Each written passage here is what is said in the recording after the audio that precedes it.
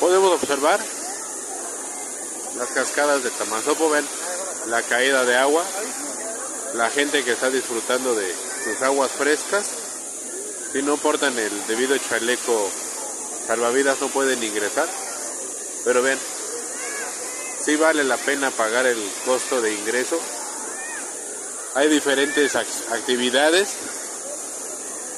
alimentos, bebidas, lugares donde uno puede divertirse. La verdad sí vale la pena el costo. Bueno, vean los videos que vamos a estar subiendo.